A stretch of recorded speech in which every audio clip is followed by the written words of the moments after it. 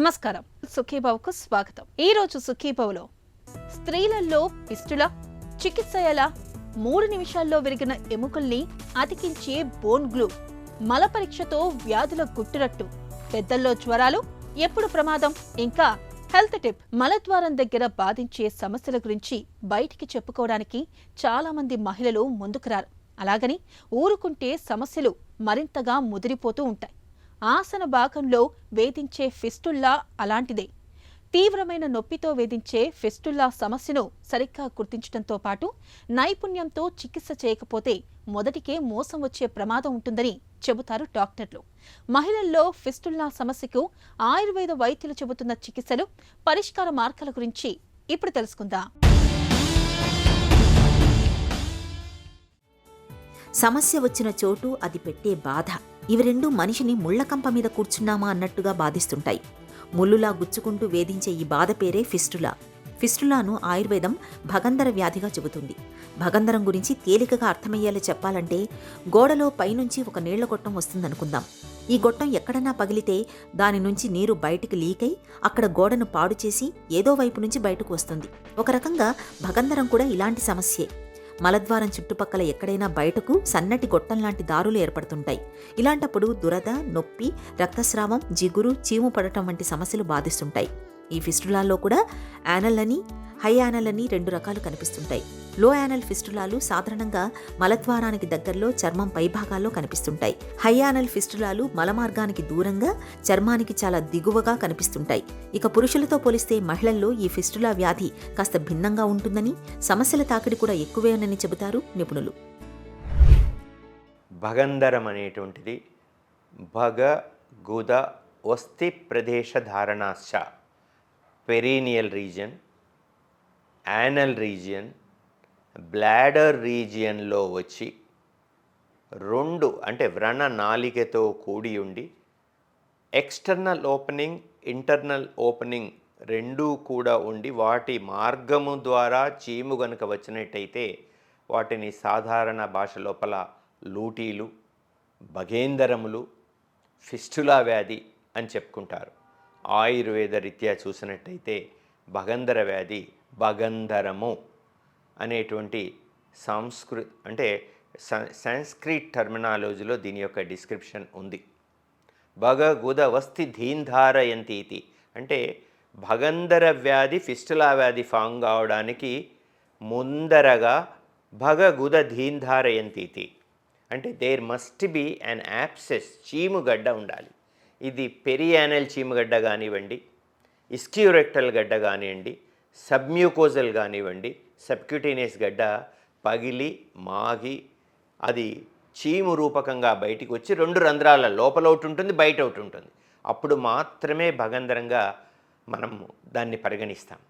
ఈ భగంధర వ్యాధి సాధారణంగా it is very difficult to manage మెడికల్గా. సర్జికల్గా కూడా 30 to 40% మాత్రమే మనకు సక్సెస్ రేట్ ఉంటుంది. అట్లాంటి భగంధర వ్యాధి క్షారసూత్ర విధానము, ఆయుర్వేదము ఇచ్చినటువంటి వరము. ఈ క్షారసూత్ర విధానము ఇటీవల కాలం లోపల కోలోప్రోక్టాలజీ, బేలిన్ లవ్ టెక్స్ట్ బుక్లో సక్సెస్ఫుల్గా ఇన్కార్పొరేట్ చేయబడి, యాక్సెప్ట్ చేయబడి, ప్రపంచ ఆరోగ్య సంస్థ చేత కూడా క్షారసూత్ర విధానం యాక్సెప్ట్ చేయబడ్డ తర్వాత ఇది 90 to 95% సక్సెస్ రేట్ తీసుకురాగలుగుతున్నాం. స్త్రీలలో ఫిస్టులా అనేది చాలా సంక్లిష్టంగా ఉంటుంది. మహిళల్లో కటివలయ ప్రాంతం విశాలంగా ఉంటుంది. దీనికి తోడు తోక ఎముక వంపు కూడా ఎక్కువగా ఉంటుంది. దీంతో మలద్వార ప్రాంతంపై భారం ఎక్కువగా పడుతుంటుంది. ఫలితంగా యాంటీరియల్ ఫిస్టులాలు ఎక్కువగా ఏర్పడుతుంటాయి. ఇక ఫిస్టులా విషయానికి వస్తే దాన్ని గుర్తించడంతో పాటు చికిత్స చేయడం కూడా కష్టతరంగానే ఉంటుంది. ఫిస్టులా మొదట్లో ఎక్కడో చిన్న కురుపులా మొదలవుతుంది. తర్వాత చిట్లిపోయి చీము, రక్తం కారుతూ వేధిస్తుంది. తర్వాత మానిపోయినట్లుగానే కనిపిస్తుంది. కానీ కొద్ది రోజులకే మళ్లీ మొదలవుతుంది. ఒక రకంగా చెప్పాలంటే భగంధరం మొండి సమస్య. మలబద్ధకంతో బాధపడుతున్నప్పుడు, నీళ్లు తక్కువగా తాగే అలవాటు ఉన్నప్పుడు, ఆహారంలో పీచు తక్కువగా ఉన్నప్పుడు, ఎక్కువ గంటలు కూర్చొని పనిచేస్తున్నప్పుడు, తగినంత శారీరక శ్రమ లేనప్పుడు, రోజుల తరబడి దూర ప్రయాణాలు చేస్తున్నప్పుడు ఫిస్టులా వ్యాధి తీవ్రమయ్యే అవకాశం ఉంది. ఒకసారి ఫిస్టులా మొదలయ్యాక మందులతో తగ్గే అవకాశం చాలా తక్కువ. ఫిస్టులాకు సర్జరీయే అత్యుత్తమ పరిష్కారం అని చెబుతారు డాక్టర్లు. ఆయుర్వేదంలో ఫిస్టులాకు క్షారసూత్ర చికిత్సను ఒక చక్కటి మేలైన చికిత్సగా చెబుతారు నిపుణులు.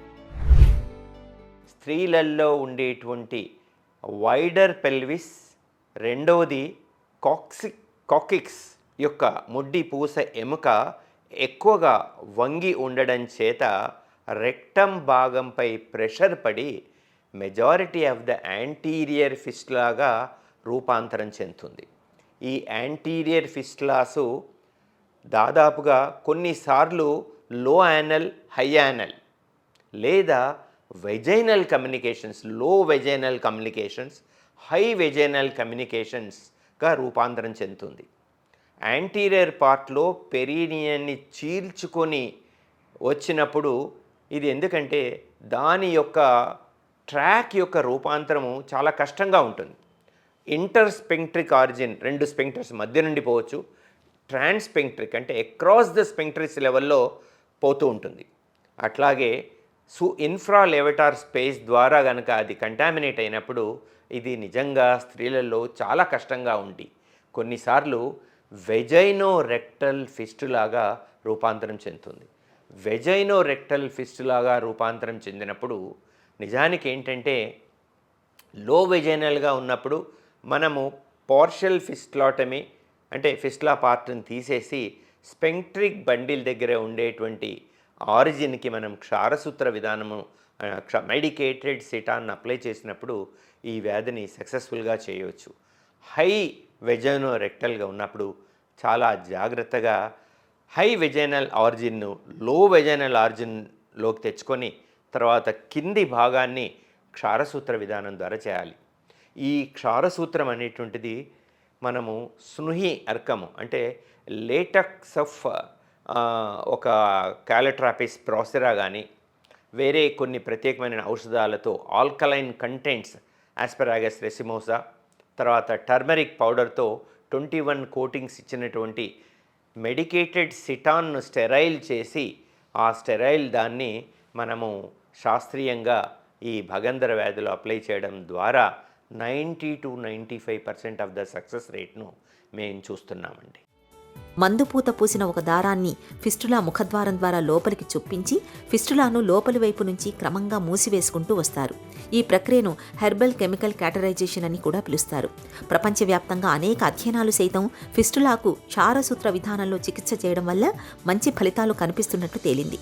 అయితే క్షారసూత్ర చికిత్స విజయవంతం కావడం అన్నది నిపుణుల అనుభవం, నైపుణ్యం మీద కూడా ఆధారపడి ఉంటుంది. ఫిస్టులా మానిపోయాక కొంతమందిలో మళ్లీ కనిపించే అవకాశం ఉంటుంది. అయితే చాలామంది దీన్ని ఆపరేషన్ విఫలం కావడంతో మళ్లీ వచ్చిందని అనుకుంటారు. అది నిజం కాదు. పాత ఫిస్టులాకు బదులుగా కొత్త ఫిస్టులాలు పుట్టుకొస్తాయని గుర్తుంచుకోవాలి. కాబట్టి మొదటిసారి ఫిస్టులా కనిపించినప్పుడు జాగ్రత్తగా చికిత్స చేయించుకోవాలి. హెల్త్ న్యూస్ మీకోసం.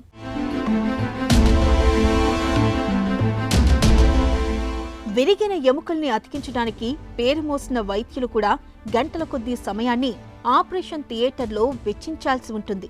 అలాంటిది కేవలం 3 నిమిషాల్లో ఓ సూది ద్వారా ఎముక అతుక్కునే బోన్ గ్లూను ఇటీవల చైనాకు చెందిన పరిశోధకులు రూపొందించారు.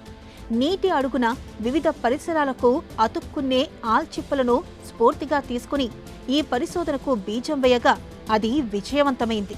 ఆల్చిప్పల స్ఫూర్తితో బోన్ 02 అనే గ్లూని పరిశోధకులు అభివృద్ధి చేశారు. కొత్తగా అభివృద్ధి చేసిన జిగురు కేవలం 2-3 నిమిషాల్లోనే ఎముకను బాగు చేస్తుందని వారు తెలిపారు. రక్త ప్రవాహం అధికంగా ఉండే వాతావరణంలోనూ దీని పనితీరు మెరుగ్గా ఉందని శాస్త్రవేత్తలు వెల్లడించారు. సంప్రదాయ వైద్యంలో ఎముకలను అతికించాలంటే శరీరానికి పెద్దగా కోతలు పెట్టి ఆపై స్టీల్ ప్లేట్లను అమర్చాల్సి ఉంటుంది. తాజాగా అభివృద్ధి చేసిన బోన్ గ్లూ సహాయంతో కోతలు, స్టీల్ ప్లేట్ల అవసరం లేకుండానే విరిగిన ఎముకల్ని చక్కగా అతికించవచ్చు. ఈ బోన్ 02 గ్లూను ప్రయోగశాలలో కూడా పరీక్షించారు. ఇది పూర్తిగా సురక్షితమైందని, సమర్థవంతంగా పనిచేస్తుందని తేలింది.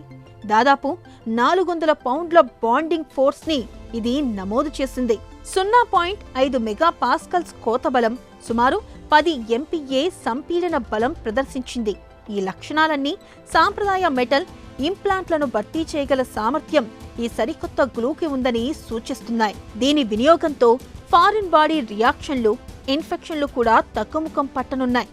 ఎముక గాయం నయం కాగానే శరీరంలో కలిసిపోవడం ఈ బోన్ 02 గ్లూలోని మరో విశిష్ట లక్షణం. ఫలితంగా సంప్రదాయ వైద్యం తరహాలో రెండో శస్త్రచికిత్స చేయాల్సిన అవసరం కూడా ఉండదని పరిశోధకులు పేర్కొంటున్నారు. మన పొట్ట ఒక విస్మయాల పుట్ట. ఒక పూట బాగుంటే మరో పూట ఎక్కడో ఏదో ఒక ఇబ్బంది తలెత్తుతూ ఉంటుంది. అయితే మలబద్ధకం లేదంటే విరేచనాలు, పొట్టలో గడబిడ, ఆపై అజీర్తి, గ్యాస్ ట్రబుల్, ఇలా సమస్యల చిట్టాకు అంత ఉండదు. కొంతమంది ఏం తిన్నా వంట పెట్టకుండా ఉంటుంది. మరికొందరికి ఆకలి సరిగ్గా ఉండదు. పొట్టలో తలెత్తే ఇలాంటి సమస్యల గుట్టుమట్లను తెలుసుకునేందుకు స్టూల్ పరీక్ష బాగా ఉపయోగపడుతుంది. మలం తీరుతెన్నులను పరిశీలించడం ద్వారా పొట్టలో అనారోగ్యాన్ని ఎలా అంచనా వేయొచ్చో ఇప్పుడు తెలుసుకుందాం. మలం కూడా వ్యర్థ పదార్థమే కావచ్చు. కానీ ఈ వ్యర్థ పదార్థాన్ని సూక్ష్మంగా పరిశీలించడం ద్వారా మన అనారోగ్యాన్ని చాలా వరకు అంచనా వేయొచ్చు. విరేచనాలు పట్టుకుని ఎంతకీ తగ్గకుండా వేధిస్తున్నప్పుడు, పొట్టంతా ఉబ్బరించినట్లుగా ఉంటున్నప్పుడు, గ్యాస్ ట్రబుల్, వాంతులు, వికారం, ఆకలి మందం, పొత్తి కడుపులో నొప్పి తదితర సమస్యలతో బాధపడుతున్నప్పుడు మలపరీక్ష కోసం డాక్టర్లు సిఫారసు చేస్తారు. మలపరీక్షలో ముఖ్యంగా మలం రంగు, స్థితి, పరిమాణం, వాసన, మ్యూకస్లతో పాటు మలంలో రక్తం ఉందా, కొవ్వులు, చక్కెరలు, బైల్, ఆహారపు తునకలు, మాంసాహారపు అవశేషాలు, తెల్ల రక్త కణాలు, ఇలా అన్నింటినీ పరిశీలిస్తారు. మలపరీక్ష సాయంతో జీర్ణ మండలంలో తలెత్తిన సమస్యల్ని చాలా వరకు ఖచ్చితంగా అంచనా వేయొచ్చు. కాలేయం, క్లోమగ్రంథి, ట్రిప్సిన్ వంటి ఎంజైముల పనితీరును తెలుసుకోవచ్చు. పొట్టలో నులిపురుగులు, రోటా వైరస్, పెద్ద పేగులో క్యాన్సర్ ఆనవాళ్లు కూడా మలపరీక్షలో బయటపడతాయి. సాధారణంగా మలం చూడ్డానికి గోధుమ రంగులో మెత్తగా ఉండి ఎలాంటి చీము కణాలు, రక్తం, మ్యూకస్ లేకుండా ఉంటుంది. pH పరిమాణం 7 నుంచి 7.5 మధ్య ఉంటుంది. షుగర్ శాతం 0.25, కొవ్వుల శాతం 2 నుంచి 7 గ్రాముల వరకు ఉంటాయి. ఈ లక్షణాలకు భిన్నంగా మలం కనిపిస్తే మన జీర్ణ వ్యవస్థలో ఏదో సమస్య తలెత్తినట్లుగా భావించాలి. మలంలో కొవ్వుల శాతం ఎక్కువగా ఉంటూ మాంసాహారపు పోగులు కనిపిస్తుంటే pancreatitis, celiac disease, cystic fibrosis వంటి జబ్బులు ఉన్నట్లు అనుమానించాలి. మలం pH 7 కంటే తక్కువగా ఉండడం అనేది పోషకాహార లోపానికి సంకేతం. pH ఎక్కువగా ఉంటే పేగుపూత ఉన్నట్లుగా భావించాలి. యాంటీబయాటిక్స్ ఎక్కువగా వాడుతున్నప్పుడు, క్యాన్సర్ ఉన్నప్పుడు కూడా pH ఎక్కువగా ఉండే అవకాశం ఉంది. మలంలో తెల్ల రక్త కణాలు ఎక్కువగా ఉండడం, మలంలో రక్తం కనిపిస్తున్నప్పుడు అల్సరేటివ్ కొలైటిస్, పేగుల్లో వాపు ఉండే అవకాశం ఉంది. జ్వరం అంటే జబ్బు కాదు, మన ఒంట్లో ఏదో సమస్య తలెత్తిందని మనకు తెలియచెప్పే ఒక సంకేతమని చెబుతారు డాక్టర్లు. మన ఒంట్లో ఏ చిన్న సమస్య తలెత్తినా ముందుగా అది జ్వరం రూపంలోనే బయటపడుతుంది. అయితే జ్వరాల విషయంలో మనలో చాలా మందికి అవగాహన అంతంత మాత్రమే. కాస్త ఒళ్ళు వెచ్చబడగానే కంగారు పడిపోతూ ఉంటారు కొంతమంది. మరికొందరేమో ఒళ్లంతా పెనంలా కాలిపోతున్నా పట్టించుకోకుండా నిర్లక్ష్యం చేస్తూ చివరకు ప్రాణాల మీదకు తెచ్చుకుంటూ ఉంటారు. అసలు జ్వరాల్లో ఏవి ప్రమాదకరమో, ప్రాణాంతక జ్వరాలకు ఎలాంటి చికిత్స తీసుకోవాలో డాక్టర్ని అడిగి ఇప్పుడు తెలుసుకుందాం. జ్వరం అంటే జబ్బేనా? అసలు జ్వరం అంటే ఏంటి? చాలామంది జ్వరాన్ని ఒక జబ్బుగా అపోహపడుతుంటారు. యాక్చువల్గా జ్వరం అనేది ఒక లక్షణం. ఇది మన బాడీలోకి ఫారిన్ బాడీ ఏదైనా బ్యాక్టీరియా కానివ్వండి, వైరస్ కానివ్వండి, ఎనీ ఫారిన్ బాడీ మన బాడీలోకి ఎంటర్ అయినప్పుడు మన బాడీలో ఉండే ఇమ్యూనిటీ యాక్టివేట్ అయిపోయి దాన్ని మన బాడీ నుంచి న్యూట్రలైజ్ చేయాలనే ప్రక్రియలో, ఈ ప్రాసెస్లో ఇది ఒక సిమ్టమ్ లాగా బాడీ టెంపరేచర్ అనేది పెరుగుతుంది. దీన్నే జ్వరం అంటారు. అయితే ఈ బాడీ టెంపరేచర్ అనేది నార్మల్గా 98.6 డిగ్రీ ఫారెన్ హీట్ అనేది కామన్గా నార్మల్ ఉంటుంది. ఫిజియోలాజికల్గా ఈవినింగ్ టైంలో 1 డిగ్రీ ఫారెన్ హీట్ అనేది పెరుగుతుంది. ఇది కామన్గా ఉంటుంది అందరిలోనూ. జ్వరం అనేది ఎన్ని రకాలుగా ఉండొచ్చు? జ్వరాలు మనకి తీసుకుని అంటే వాటి యొక్క ప్యాటర్న్ బట్టి, వాటి యొక్క టైంని బట్టి ఫీవర్స్ మనం విభజించుకోవచ్చు. ప్యాటర్న్ బట్టి కంటిన్యూస్ ఫీవర్ అని, ఇంటర్మిటెంట్ ఫీవర్ అని, రెమిటెంట్ ఫీవర్ అని, పాలెబ్సెన్స్ ఫీవర్ అని, సివియర్ లో గ్రేడ్ ఫీవర్స్ అని ఈ రకాలుగా చెప్పవచ్చు. వాటి యొక్క సివియారిటీని బట్టి అంటే ఎక్యూట్ ఫీవర్స్ అని, క్రానిక్ ఫీవర్స్ అని ఇంకొక క్లాసిఫికేషన్గా చెప్పవచ్చు. ఎక్యూట్ ఫీవర్స్ అంటే మనకి లెస్ దాన్ 1 వీక్ ఉండి పోతుంటాయి అన్నమాట. ఇవి పర్సిస్టెంట్ ఫీవర్ అంటే 7 డేస్ నుంచి 14 డేస్ వరకు మనకి ఫీవర్ వస్తూ ఉంటాయి. ఫీవర్స్ ఎప్పుడైతే మనకి 14 డేస్ కంటే ఎక్కువ ఉంటే వాటిని క్రానిక్ ఫీవర్స్ అని అంటారు. పైరెక్సియా ఆఫ్ అన్నోన్ ఆరిజిన్, అంటే కొన్ని కారణాలు తెలియకుండా ఫీవర్ అనేది రన్ అవుతుంది. కొన్ని క్యాన్సర్స్లో కానివ్వండి, ట్యూబర్క్లోసిస్లో కానివ్వండి, కొన్ని డిసీజ్లో మనకి అనేది డయాగ్నోసిస్ అనేది తొందరగా కాదు. ఇటువంటి వాటిని పైరెక్సియా ఆఫ్ అన్నోన్ ఆరిజిన్ అంటారు. ఇలాంటి వాటిని అంటే మోర్ దాన్ 14 డేస్ ఉంటే క్రానిక్ ఫీవర్స్ అని అంటారు. సో ఈ ప్యాటర్న్ బట్టి కంటిన్యూస్గా ఉంటే కంటిన్యూస్ ఫీవర్ అని, మధ్యన తగ్గిపోయి నార్మల్ ఉన్నట్టయితే ఇంటర్మీడియట్ రెమిటెంట్ ఫీవర్స్ అని రకరకాలుగా దానికి ఫీవర్ యొక్క ప్యాటర్న్ బట్టి మనం విభజించుకోవచ్చు. మన దగ్గర సాధారణంగా ఎలాంటి జ్వరాలు కనిపిస్తూ ఉంటాయి? సాధారణంగా మన ఇండియాలో అయితే ఎక్కువ సీజనల్ ఫీవర్స్ ఎక్కువ చూస్తుంటాం. వీటిల్లో టైఫాయిడ్ ఫీవరు, తర్వాత మలేరియా ఫీవరు, వైరల్ ఫీవర్స్ కామన్గా చూస్తుంటాం. కోల్డ్ కాఫ్తో వచ్చే ఫ్లూ ఫీవర్స్, ఇవన్నీ కామన్గా చూస్తుంటాం. అయితే ఇండియాలో ఇన్ఫెక్షన్స్ అనేవి ఎక్కువ సివియర్గా ఉంటాయి కాబట్టి, కామన్గా ఉంటుంది కాబట్టి ఈ ఇన్ఫెక్షన్స్ ద్వారా వచ్చే ఫీవర్సే కామన్గా చూస్తుంటాం. రేర్గా అంటే తర్వాత సెకండరీగా చూసుకున్నట్టయితే క్యాన్సర్ వచ్చే ఫీవర్స్, తర్వాత ఆటోఇమ్యూన్ డిజార్డర్స్ వచ్చే ఫీవర్స్ అనేవి మనం చూడవచ్చు. విడవకుండా జ్వరం రావటం వెనుక కారణాలేంటి? కొద్ది మందిలో ఫీవర్ అనేది కంటిన్యూస్గా వస్తుంటుంది. అంటే నార్మల్గా టచ్ అనేది కాకుండా డే మొత్తం కూడా ఫీవర్ అనేది హై గ్రేడ్ ఫీవర్ అనేది మెయింటైన్ అవుతూ ఉంటుంది. వీటిల్లో సీవియర్ ఇన్ఫెక్షన్స్, బ్యాక్టీరియల్ ఇన్ఫెక్షన్స్ కానివ్వండి, వైరల్ ఇన్ఫెక్షన్స్, తర్వాత ఫంగల్ ఇన్ఫెక్షన్స్లో వీటిల్లో ఏమవుతుందంటే ఫీవర్ అనేది కంటిన్యూస్గా ఉంటుంది. నార్మల్గా 98.6 డిగ్రీ ఫారెన్హీట్ ఉన్నట్లయితే ఈ ఫీవర్ అనేవి హై గ్రేడ్లో ఉండి only 1 degree centigrade 1 degree Fahrenheit అనే ఫ్లక్చువేషన్ ఉంటుంది అనమాట. నార్మల్ అనేది టచ్ కాదు. ఇవి సీవియర్ ఇన్ఫెక్షన్స్లో కామన్గా చూస్తుంటాం. అంటే బ్యాక్టీరియా న్యూమోనియాలో కానివ్వండి, దాని తర్వాత మనకు వచ్చే ఆటోఇమ్యూన్ డిజార్డర్స్లో కూడా మనకి ఫీవర్స్ అనేవి కంటిన్యూ వస్తుంటాయి అనమాట. ట్యూబర్క్లోసిస్లో కానివ్వండి, ఇది యూరినరీ ట్రాక్ట్ ఇన్ఫెక్షన్స్లో ఇవి అనేది కంటిన్యూస్ ఫీవర్స్ అనేవి వస్తుంటాయి. కొంతమందిలో చాలా తరచుగా జ్వరం వచ్చిపోతుంటుంది. ఎందుకలా? ఫీవరు మనకి కంటిన్యూస్గా ఉండకుండా మధ్యలో normal line base line touch అవుతుంది. అంటే మధ్యలో ఒకసారి నార్మల్కి వచ్చేసి మళ్ళీ స్టార్ట్ అవుతుంది. పర్ డేలో తీసుకున్న 24 అవర్స్ డ్యూరేషన్ తీసుకున్నట్టయితే హై గ్రేడ్ ఫీవర్ ఉండి ఒకసారి నార్మల్ టచ్ అయిపోయి నార్మల్ అయిపోయి మళ్ళీ ఫీవర్ పెరుగుతుంది. దీన్నే ఇంటర్మిటెంట్ ఫీవర్ అంటారు. ఇలాంటివి కామన్గా మనం మలేరియాలో చూస్తుంటాము, ఇన్ఫ్లుయెంజాలో చూస్తుంటాము, తర్వాత లోకలైజ్ ఇన్ఫెక్షన్స్, యాప్సెస్లో, డెంటల్ యాప్సెస్, సెప్సిస్లో వీటి అనేది కామన్గా చూస్తుంటాం. కొందరిలో గంటలు, రోజుల వ్యవధిలో జ్వరం వచ్చిపోవటం వెనుక కారణాలేంటి? ఫీవర్స్ ఒకరోజు రావటం, 2 రోజులు రావటం, 3 డేస్కి ఒకసారి రావటం కామన్గా మలేరియాలో చూస్తాం. ఇవన్నీ కూడా ఇంటర్మీడియట్ ఫీవర్స్ అనమాట. అంటే ఆ 1 డే తర్వాత 2 డే తర్వాత ఏమవుతుందంటే అవి మనకి రెడ్ బ్లడ్ సెల్స్ని ఎఫెక్ట్ చేసి అవన్నీ కూడా ఒక్కసారి రిలీజ్ అవుతాయి అనమాట. అవి ఎక్స్పెల్ అయితే మళ్ళీ రప్చర్ అయిపోవటం వల్ల టాక్సిటీ అనేది బ్లడ్లోకి రిలీజ్ అయిపోవడంతో ఇవి మనకి ఫీవర్ అనేది వస్తుంటుంది. అయితే ఈ 24 అవర్స్కి ఒకసారి వచ్చే ఫీవర్ని కొటిడియన్ ఫీవర్ అంటారు. ఇది కామన్గా ప్లాస్మోడియం ఫాల్సిఫారంలో చూస్తుంటాం. ప్రతి 24 అవర్స్కి మనకి ఫీవర్ అనేది స్పైక్స్ అనేది రికార్డ్ అవుతుంటుంది. అదేవిధంగా 48 అవర్స్కి ఒకసారి అంటే ఎవ్రీ 3rd డే మనకి రికార్డ్ అవుతుంది. దీన్ని టెర్షియన్ ఫీవర్ అంటారు. ప్లాస్మోడియం వైవాక్స్లోను, ప్లాస్మోడియం మలేరియాలోను ఇలాంటి ఫీవర్స్ వస్తుంటాం. ఇవి ఎవ్రీ 3rd డే మనకి ఫీవర్స్ అనేవి రికార్డ్ అవుతుంది అనమాట. అదేవిధంగా ఇవి కాకుండా కొటిడియన్ ఫీవర్ అంటాడు. అంటే మనకి 72 అవర్స్ తర్వాత 4th డేకి మళ్ళీ ఫీవర్ వచ్చేస్తుంటుంది. అంటే ఆ టైంలో మనకి టాక్సిటీ అనేవి రిలీజ్ అవ్వటం వల్ల ఆ రోజుకి మనకి ఒక్కసారి ఫీవర్ అయితే చిల్స్, రైగర్స్ అనేది వస్తుంటుంది. ఇలాంటి ప్లాస్మోడియం మలేరియాలో చూస్తుంటాం. మన దగ్గర కనిపించే జ్వరాల్లో ఏవి ప్రమాదకరం, ఏవి కాదు? దాదాపుగా ఫ్లూ ఫీవర్స్ అన్నీ కూడా వాటికి వెళ్ళవే సబ్సైడ్ అవుతుంటాయి. అంటే పారాసిటమాల్ ట్యాబ్లెట్ తీసుకొని డిహైడ్రేషన్ సొల్యూషన్స్ తీసుకోవడంతో రెస్ట్తో మనకు తగ్గించుకోవచ్చు.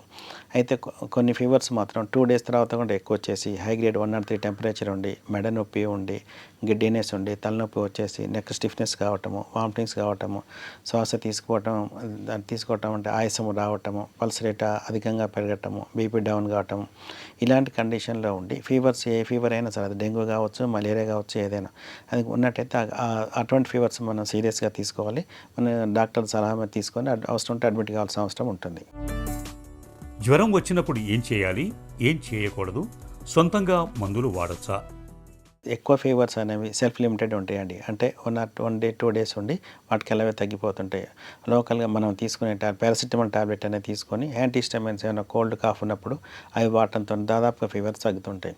అయితే ఏదైనా ఫీవర్ ఉన్నప్పుడు మాత్రం ఇంతవరకు మనకి పారాసిటమాల్ టాబ్లెట్ వరకు తీసుకోవచ్చు. కానీ చాలామంది అదే పనిగా పారాసిటమాల్ కూడా 650 డోసు ఎక్కువ మోతాదులో వాడటం, ఫీవర్ వచ్చిందని అరికనే వాడటం చేస్తుంటారు. దీనివల్ల పారాసిటమాల్ ఓవర్డోసేజ్ వల్ల కూడా మనకు లివర్ ఫెయిల్యూర్కి దారితీస్తుంది. కాబట్టి ఏదైనా సరే డాక్టర్ల పర్యవేక్షణలో ఈ టాబ్లెట్ తీసుకోవటం అనేది చాలా అవసరం. అయితే సింపుల్ ఫీవర్స్ ఉన్నప్పుడు మాత్రం పారాసిటమాల్ 5 mg వాడుకొని యాంటీహిస్టమిన్ వాడటం వల్ల మనకి కొంతవరకు అంటే ఫీవర్ తగ్గించుకోవచ్చు.